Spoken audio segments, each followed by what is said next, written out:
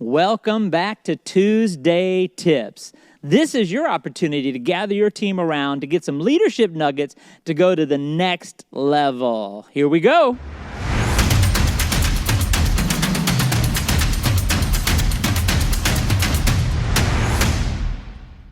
Well, welcome back. You know, we have an awesome, Tuesday Tips has been awesome all this year. And today I'm sitting in Pastor Whitfield's seat. He's not with us today, but we're doing a takeover. Yes. And I've got a special guest with me to do this takeover. You know, part of Tuesday Tips and part of the leadership training that Whitfield Ministries does is training leaders. And, you know, it's one thing to train leaders like the senior pastor and the business CEOs, but it's a whole nother thing to train leaders that are younger or the next generation. So who I've brought on today as a special guest is Agape Faith Church youth pastor, Pastor Dallas Banks. Give it up for Pastor Dallas Banks. Woo woo! All the youth out there are saying stuff right here. But Pastor Dallas, you've been the youth pastor for a long time, different areas. Soon going to be maybe moving into the next gen pastor seat. Tell us a little bit about what you do at Agape Faith Church as a youth pastor. What are you over? Yeah, so I've actually been at Agape Faith Church my entire life. Pastor Whitfield actually likes to joke that I was born in the foyer. But yeah, that's not true though. He jokes. You came when you were what? I was 4 years old. 4 years old, so close to being born in the foyer. Yeah. Since 97. So our family's been a part of Agape, forever. And it's just, the culture has been instilled in me. And so being able to come through the children's ministry, at that time it was Agapeville, had the country western theme. Yeah, yippee-ki-yay. Yeah. And then going through the youth ministry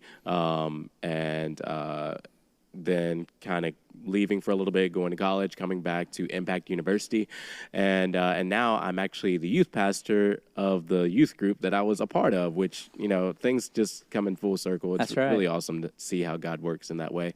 So now I've been on staff since 2014, so I'm the youth pastor. I've been working with teenagers and the youth ministry for, the past 10 years or whatever, and man, I love it.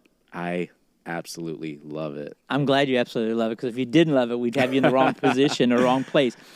Pastor Dallas and I were talking. It's one thing to train leaders. It's a whole nother thing to make sure that the leadership principles and processes are passed on to the next generation. So we were having a discussion, and, Psalms 145 verse 4 says, "One generation shall commend your works to another and declare your mighty acts." This leadership principle isn't just one generational. It's not just for the adults, Pastor Dallas. Right. How does training leaders in youth ministry, how does that work? How does that function? It's definitely different working with, teenagers as opposed to someone who is, in the senior pastor role, or someone who's working in ministry as an adult. It's definitely different. But it's so vitally important because, these are the next group of people who are getting into the business world. They're going to get into government. We're going to get our next president from these kids. That's right. And so being able to instill leadership principles in them now so that as they step into the real world, it really prepares them and propels them. So teaching them leadership skills is definitely different. And I say that because what do you mean different? Wait a minute. There is a little generation gap between you and I. There is, between Pastor Whitfield and I. So there may be senior pastors out there saying, "Well, bless God, let somebody else take care of the kids," and that's fine to a degree. But the way Pastor Whitfield grew up was different than the way I grew up, and the way I grew up was different than the way you grew up. Right. And the way I grew up is completely different than the way that this next generation is growing up. I mean, these kids grew up with cell phones in their hands. My 2-year-old knows how to navigate through the iPad and download apps. Like he knows how to do all of those things.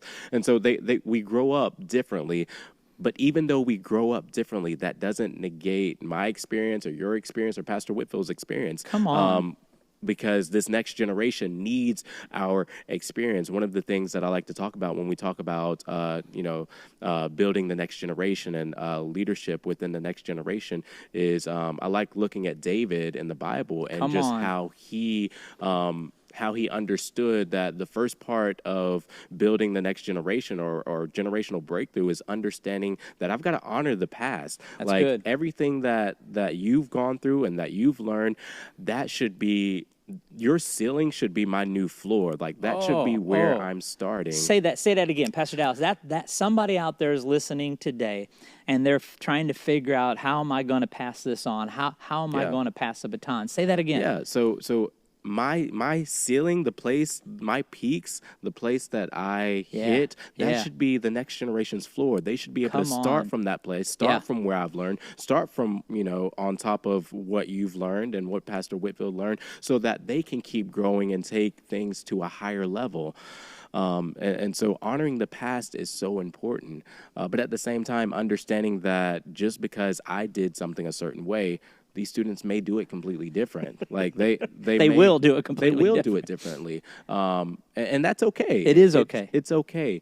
But as long as I'm making sure they understand, look, these are some of the principles that I've learned. These are some of the principles that I've walked through. That's good. The why of what we're doing stays the same. The why never changes. There you go. The why never changes. Yeah, the how may look differently. We may package it differently, but the why, it cannot change. So honoring the past. So when you're teaching youth, and Pastor Whitfield's done this and modeled this. Not only Pastor Dallas being one of the younger pastors on staff, he is now going on to pastor's ELT. Even though I'm over Next Gen Ministries and Pastor Dallas is our youth pastor, Pastor Dallas is stepping on to the ELT, and then so you can learn and grow and understand the processes. How are you? So we're honoring the past, and I know we might be mixing some things up here, definitely. and we won't get this all done in one session, Pastor Dallas. We're going to have to come back. So how are you instilling those same things? What are some things you're doing to help these youth learn this process? So when I talk about honoring the past, I feel like one of the things that my generation, I'm 30 now, and so I'm millennial. But one of the things that I feel like we were able to do really well,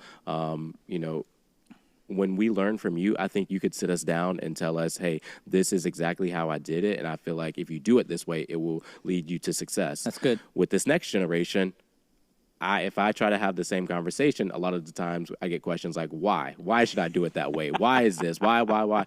So the approach has to be a little bit different. Sure. So we've done what we call LTRAC, where it's our leadership training and teaching. But what I'm seeing with this generation, they love more of the hands-on, like give me a project that I can actually work on. There you go. Give me the practical things that I could get my hands dirty and that I can like really learn and experience. And so that's probably one of the biggest things that we've seen when it comes to teaching leadership principles like, communication skills, team building, teamwork, things like that. Giving them the actual giving them the tools to take that and practice it is where we've seen a lot of growth in leadership with our students. I think that's so critical because you're right. We could just tell you what we've done. You're ministering to a generation that is almost like, show me and let me do it. Yeah.